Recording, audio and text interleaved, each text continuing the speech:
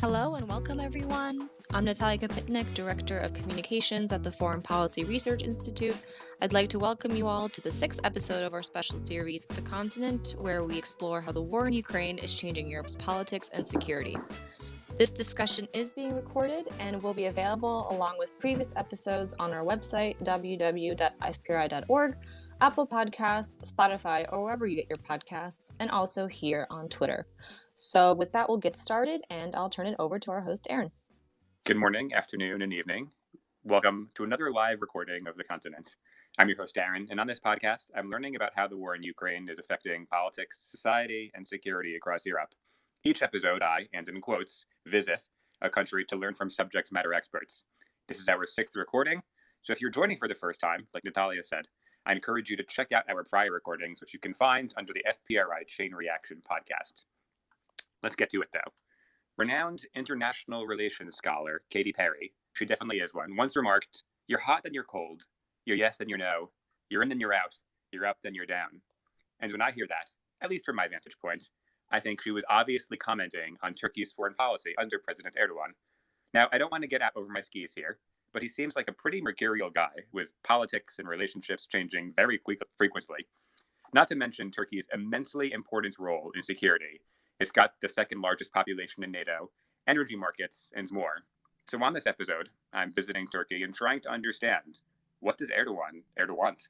I genuinely don't know, and I'm excited you're joining to learn with me. Today is Dr. Sibel Oktay. I'll let her introduce herself and tell us about what's keeping her busy these days. Sibel, over to you. Hi, Aaron. Thank you so much for having me, and good morning, afternoon, and evening to everyone.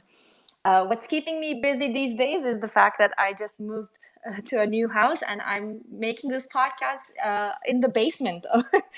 So if there's some echo, I apologize. That's why everything is chaos. But I appreciate being here and trying to make some sense out of this sanity.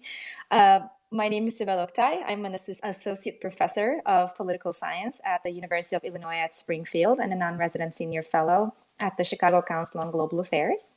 I'm a foreign policy scholar. I look at the domestic explanations of foreign policy and how public opinion and leaders influence those relationships.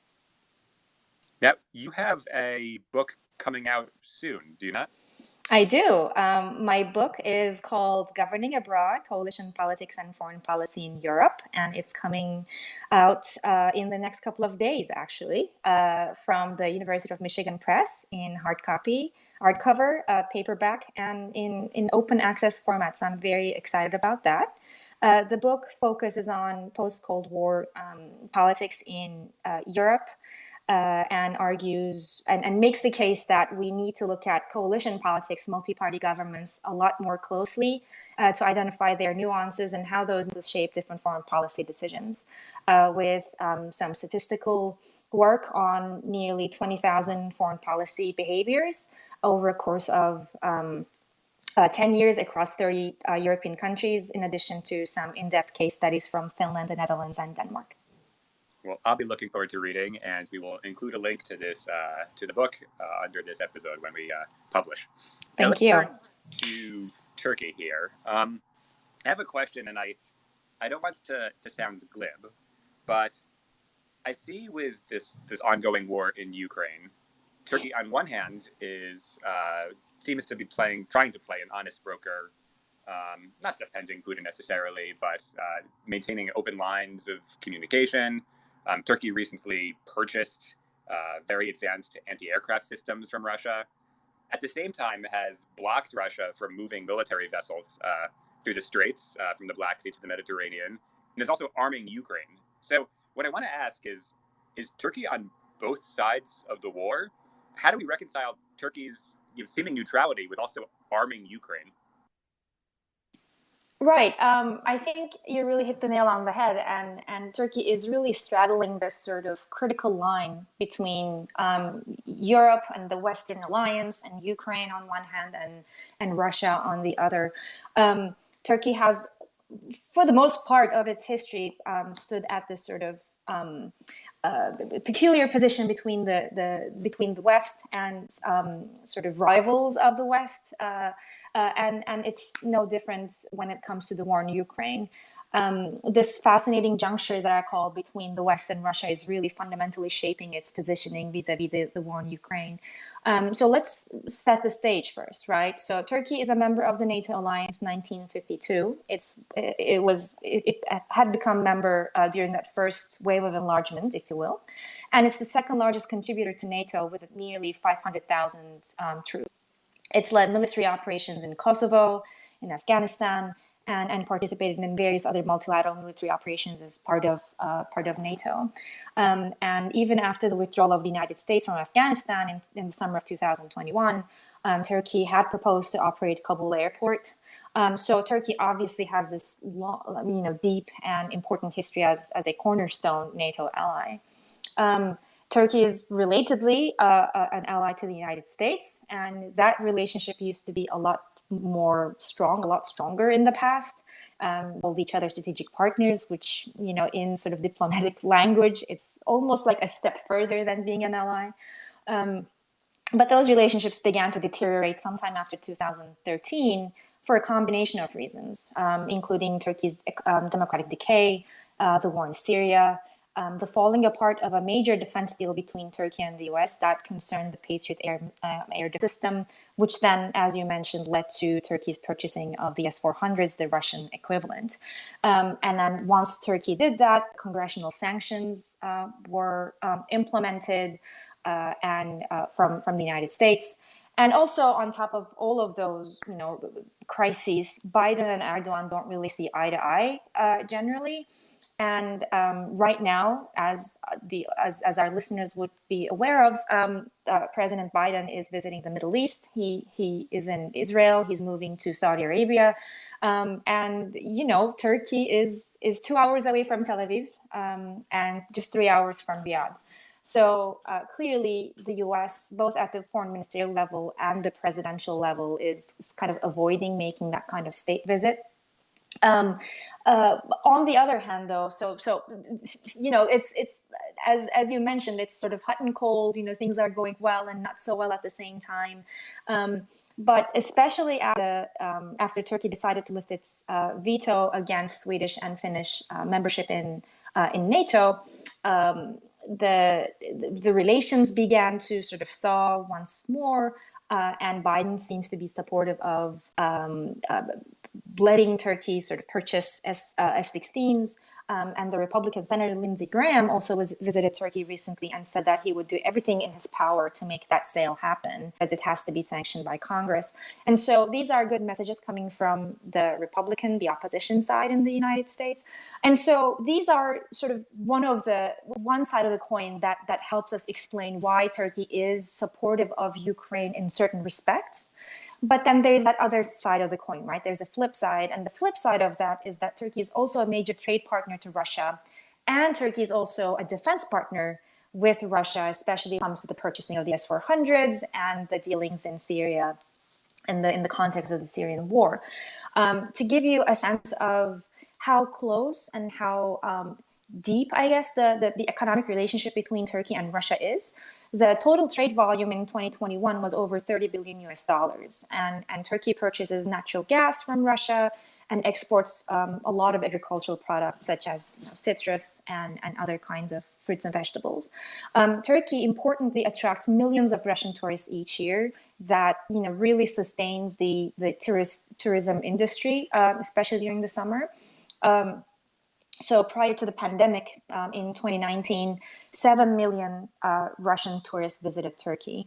In 2021, obviously in the context of COVID, about half of that, close to 5 million Russian tourists visited Turkey. Now, in the context of the war, forecasters are expecting just 2 million, and that's a very optimistic estimate according to these analysts.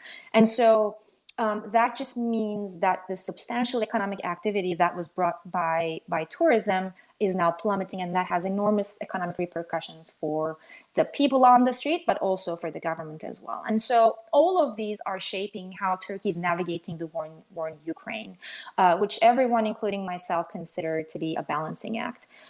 Like you said, Turkey is selling these military equipment to Ukraine, these very infamous Bayraktar TV-2 drones that are cheap and proved to be effective early on back in the spring, but also making sure that Russian battleships are not allowed through the straits. Outbound ships are not permitted to pass as part of the Montreal Treaty, and the fact that Turkey now declared this conflict to be a war, which means the Montreal terms were enacted.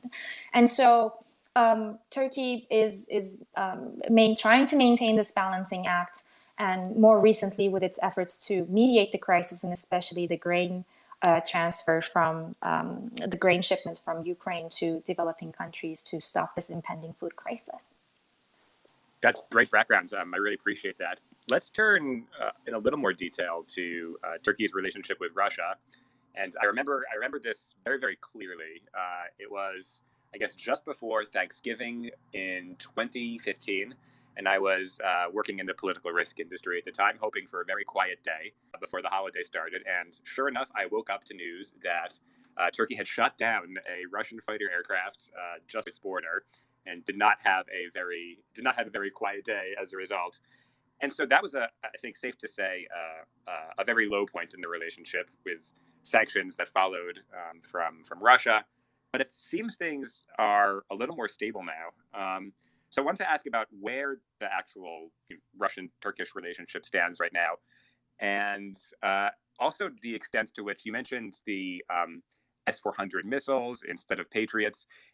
To what extent is Russia's or Turkey's relationship with Russia driven by Turkey, and to what extent is it driven by Turkey's relationship with the West? I think that's an excellent question, and you're absolutely right that this sort of rapprochement, or this thawing of the relations between Russia and Turkey goes back to 2015. So again, let me give you some context as to what that was and how the tide has turned for the better, I guess, for Turkey when in the aftermath of the downing of the Russian jet. So historically speaking, Turkey has always viewed Russia with some degree of skepticism, right? So if you want to take it all the way back to the Ottoman period, the Ottoman wars with Russia in particular resonate quite strongly among the Turkish public, because that's what the education system teaches you in primary and secondary education, about all these wars and how the Russians are cunning and they were constantly warring with the Ottomans and so on and so forth. And so at the level of the current relations, both Erdogan and Putin seem to be fond of each other, and their relationship seems to defy those historical fears and skepticisms. But I think some of that is, really wired into Turkey's genes, so to speak. But let's, come back to the 21st century, I guess. And you're absolutely right that the relations hit a rock bottom in 2015, when Turkey famously downed this Russian jet near Syria, claiming that the jet was violating Turkish airspace and continued to violate in the face of repeated warnings from Turkey. And up until that point, tourism between Turkey and Russia was soaring. There were reciprocal visa-free travel arrangements between the two countries. There was a lot of trade going on. And so when the Russian jet was shot, all of that led to a sort of a sudden reversal, right? Russia banned commercial flights to and from Turkey to curb tourism, suspended the reciprocal visa-free travel regime, banned Turkish exports, which obviously led to huge oversupply of agricultural goods and so on and so forth, and demanded that Turkey apologize at the executive level to Russia.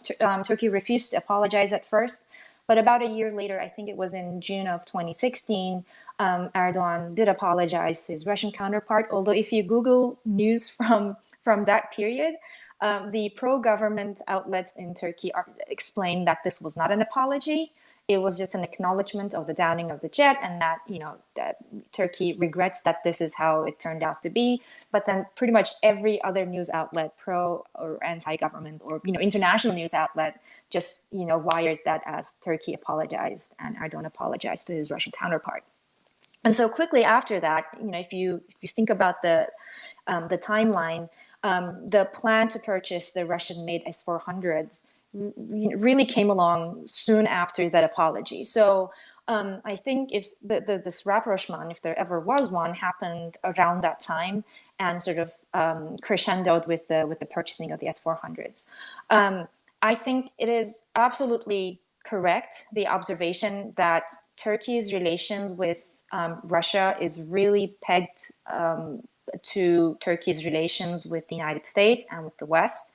The more Turkey receives criticism and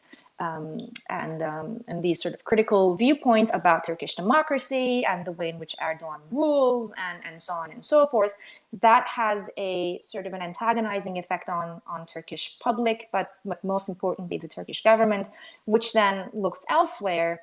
And this partnership with Russia allows the Turkish government to do two things. One, to avoid and sort of overlook all these criticisms about Turkish democracy and the deteriorating situation with the rule of law, but also this understanding that Turkey is a country that can stand on its 2 feet and doesn't have to look toward the West for its security and its prosperity. So this kind of I'm an independent sovereign state and I should be able to do whatever I want, and turning to Russia and even turning to China and sort of taking advantage of my broader neighborhood is sort of one way in which I can realize my potential as a regional actor. And so I think that's the second kind of line of thinking for the Turkish government. So let's talk about Turkey's broader neighborhood and some of the things I've seen in the news of late. Namely, this threat that was then lifted to block Sweden and Finland from entering NATO. It seems like after some pretty intensive negotiations and back and forth, Turkey has switched tunes. Though that seems like that happened rather abruptly. First of all, are we out of the woods with that situation? Does this actually mean Turkey will let Sweden and Finland into NATO? But also, can you explain more about what caused that situation? Let me give you first some, like you said, like some context as to what prompted this veto against Sweden and Finland. So Turkey argued that these two countries were harboring individuals, groups that it considers terrorists, including the PKK, that's the Kurdistan Workers' Party, that Turkey has been fighting for decades now, although the heightened hostilities between the Turkish military and these terrorist groups took place, especially during the 80s and 90s, as well as the sympathizers of Fethullah Gulen, this imam, cleric who is currently living in the United States. And so Turkey designates the Gülenists as a domestic terrorist organization after the failed coup of July 2016, as well as the PKK, and argues that both of these prospective NATO members were harboring them, if you want to call it aiding and abetting them, giving them platforms to continue their political operations in the case of the PKK, and so on and so forth. And so what Turkey argued was that it was against the spirit of the NATO alliance, right, this sort of mutual defense organization, that two of its prospective members were clearly supporting groups that were jeopardizing another allies, in this case, Turkey's national security. And so that was the whole point of the veto, right? This, in addition to, I guess I can call it in addition to the fact that Sweden issued an arms embargo on Turkey after soon after the United States withdrew from Syria, and Turkey began its military operation in northern Syria against the Kurdish groups there. So that set the stage for why Turkey initially said that it would veto Sweden and Finland's bid for NATO membership. However, personally speaking, I was expecting all along that a resolution would come through eventually and Turkey would lift its veto. I don't think that what Turkey had in mind was an eventual veto and really blocking the sort of the entryway for Sweden and Finland. Rather, Turkey knew full well that it had all the leverage and wanted to use it to its maximum possible extent. And so at the 11th hour, during the Madrid summit, both countries, Sweden and Finland on one hand and Turkey on the other, signed this written pledge, a memorandum of understanding, if you want to call it that, that spoke to Turkey's fears and demands, including passing, stating that they would pass the necessary measures in the parliament, in their respective parliaments, to prevent weapons embargoes against NATO allies, and lifting of the existing bans on Turkey, tightening their counterterrorism laws and provisions, respecting Turkey's national security as a NATO ally. These sort of verbal pledges that would alleviate Turkey's fears. A major Turkish demand remains the extradition of suspected PKK terrorists and Gülenist terrorists. Some of them include, journalists who used to write for Gülenist newspapers. But of course, Sweden and Finland have independent judiciaries, and these are not as politicized as the judicial system in Turkey is. So it will be difficult for them, for Swedish and Finnish politicians and executive or institutions to sort of influence and politicize that process to satisfy Turkey. And so the memorandum vaguely states that these countries will address Turkey's requests expeditiously to expedite these suspected criminals. And that's really the best that they could do at that moment. And of course, Turkey, as I expected, and I guess as everyone expected, Turkey touted this, the signing of this memorandum as a major win back home, right? It was an affirmation of its powerful presence at the global stage in the sort of major defense organization, bringing NATO to its knees and so on and so forth. And it got what it asked for from Finland and Sweden. So I think this was the game plan all along. And you raise the stakes, you use your leverage and bring back whatever concessions you might get as a big win.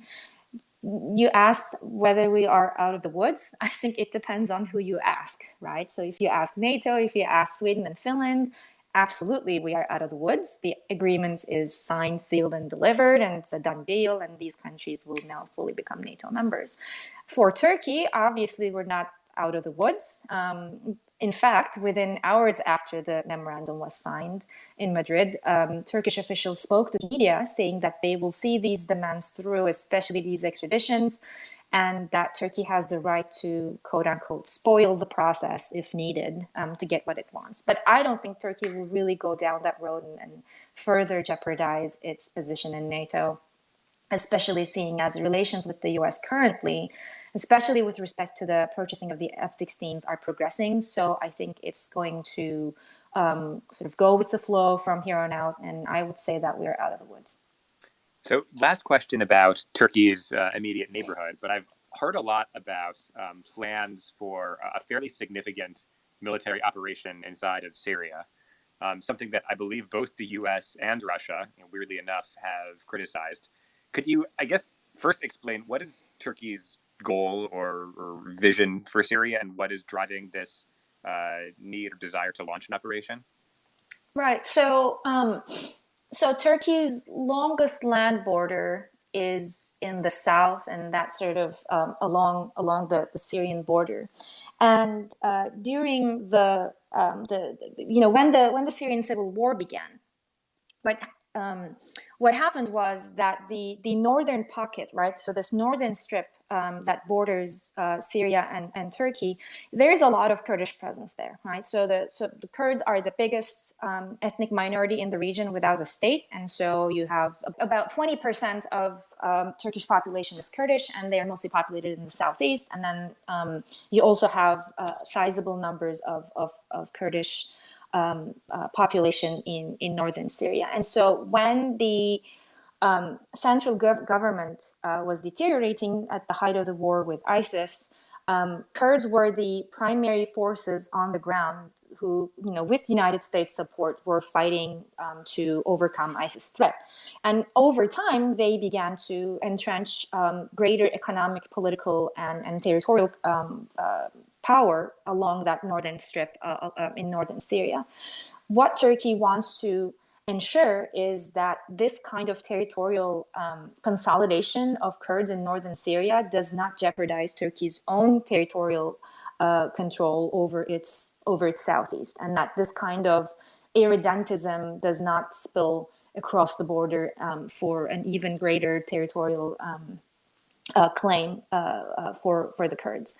And so back in 2019, when the United States decided to withdraw from Syria, that's when the Turkish military found this sort of vacuum almost to go in to northern Syria and make sure that that kind of contiguity between different cantons of Kurdish establishments, they do not sort of connect into one big Kurdish area and sort of a Kurdish state almost just south of Turkey. So this was the entire premise behind the repeated military operations since 2019. All right. So we're going to transition now to some of the kind of domestic political considerations that may or may not be driving some of this behavior, some of these recent actions. But before we get there, as a devoted language nerd, I want to turn to at least my favorite part of each of these episodes, the word of the day. And you had an interesting one, so I wanted to ask you, what is the word of the day? The word of the day I found was, excuse me, dış güçler, which means foreign powers. And it is a famous placeholder to blame whatever crisis or current problem, be it economic or political, that Turkey is currently facing. So if you watch pro-government news channels, pro-government media, you can play a drinking game that based on dış güçler, and you would be drunk in the first half hour of that show. Noted. That's a great figure of speech. So glad you could share. Okay, so let's turn to domestic politics here. Yeah.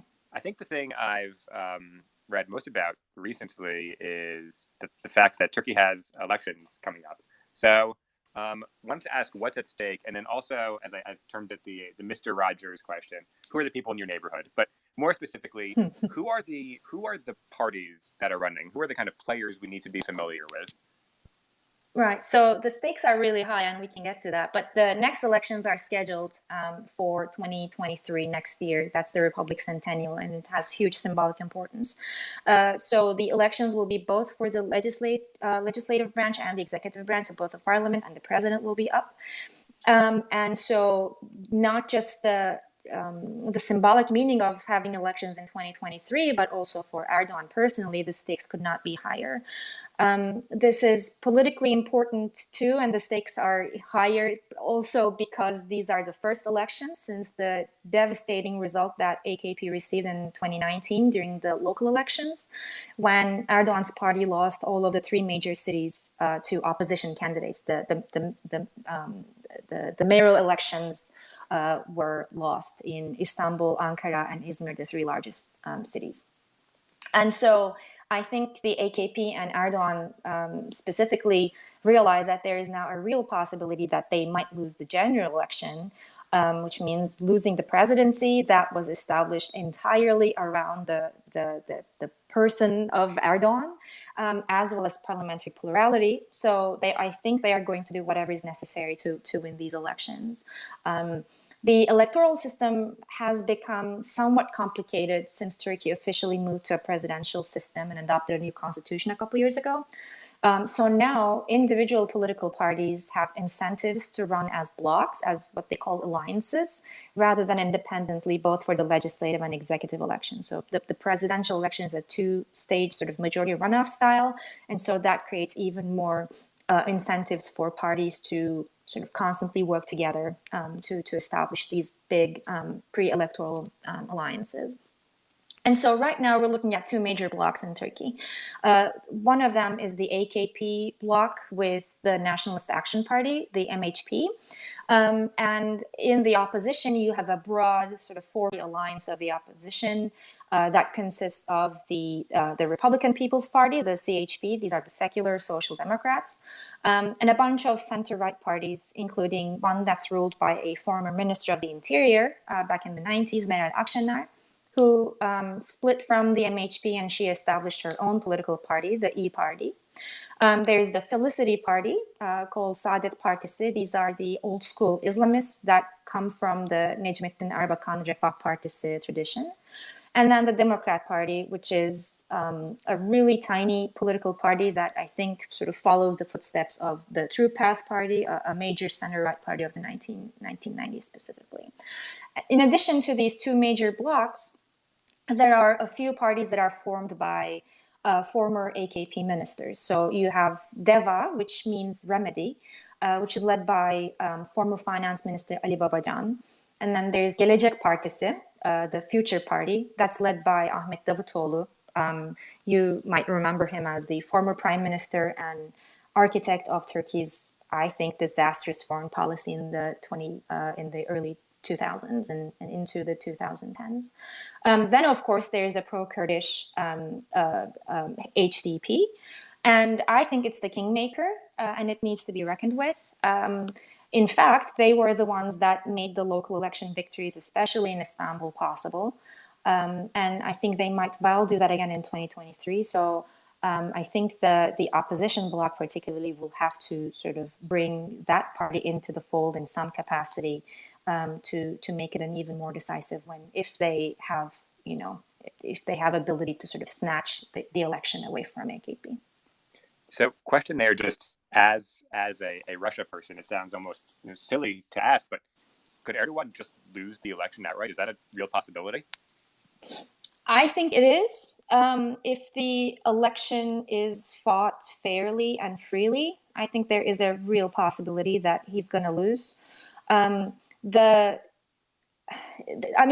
a lot of sort of science behind, can you find electoral fraud and how suitable or how easy is it to commit fraud in Turkey, given the kind of electoral procedures, so paper ballots as opposed to electronic machines that created a whole debate here in the United States and so on and so forth. The Istanbul elections and also the elections in Ankara and Izmir, these local mayoral elections, really show that there's a good chance, like if people organize and if they look after the votes, at the counting stage and reporting stage, then I think it's very, very possible. But of course, you're talking about one city versus an entire country, and we also don't know who the opposition candidate be. I think it also kind of depends on that. So if it's going to be a popular candidate like Ekrem İmamoğlu, who might really help get out the vote, or is it going to be a less charismatic, less favored candidate, in which case people might choose to boycott the elections and not turn out, and all of that is still up in the air. And I think everyone has predictions and scenarios about who the candidate's going to be. I think it's anybody's call at this point. So, but if we're going to look at, let's say, the economy and the numbers and people's pocketbooks and what they can put on the table, I think this would be Erdogan's last election. So, question, Aaron, I wanted to lead with one of my favorite stories from Russia in the 90s, where I believe it was then UK Prime Minister asked Boris Yeltsin, describe Russia's economy in one word. And Yeltsin said, good. John Major asked him to describe Russia's economy in 2 words. And Boris Yeltsin said, not good. Right. I've seen some numbers from Turkey, inflation numbers, I think approaching 80%. So yep. Can we talk, or can you explain a little bit about Turkey's economy of late? The lira, there's, I think, quite a few issues that deserve some time here. Sure. So the state of the economy is pretty bad. The lira has depreciated and lost about 50% of its value against the dollar, against the US dollar since last year. And for a country that relies heavily on imported goods, that means a terrible rise in prices for everyone, of course. Inflation is also on the rise. Like you said, the official figures say it's 80%, and that officially is the highest ever for the AKP government in the last 20, 25 years. But many would also believe that these numbers are tweaked and calculated in a downward fashion, and the reality is really quite much worse. On top of that, and relatedly, the interest rates continue to remain low, which is almost it has become personal for Erdogan that the interest rates remain low and kept low. And he sacked governors one after the another of the central bank, who said that the only way to curb inflationary tendencies and sort of cool down the economy is to increase the rates. But Erdogan is completely opposed to that, and argues that an export-led economy that keeps unemployment low and increases incentives for investment can only happen through keeping the interest rates low. And so there is this sort of tension between the central bank and Erdogan for the last several years. And of course, the interest rates being low means inflation is high. And this, of course, reflects on increased prices of food and services and pretty much everything. So, we talked about foreign policy. I think Erdogan's current foreign policy activism when it comes to Ukraine, when it comes to the Eastern Mediterranean, right now Aegean, all of these are attempts to distract the people away from their pocketbooks, right? This is sort of classic diversionary foreign policy, almost too classic. But of course, the concessions from Sweden or F-16s from the United States, these are not edible, right? You still need to put food on the table, and people have to pay their bills, maybe take a vacation to a beach resort for the holidays, maybe outside at a restaurant one afternoon or whatever. So I think people are really looking at what they're bringing home and what they're putting on the table at the end of the day. And so, these appeals to national pride and patriotism is good, I guess. But at the same time, I think it's going to come down to the economy. Understood. So that being said, let's turn to the question in the title of the episode.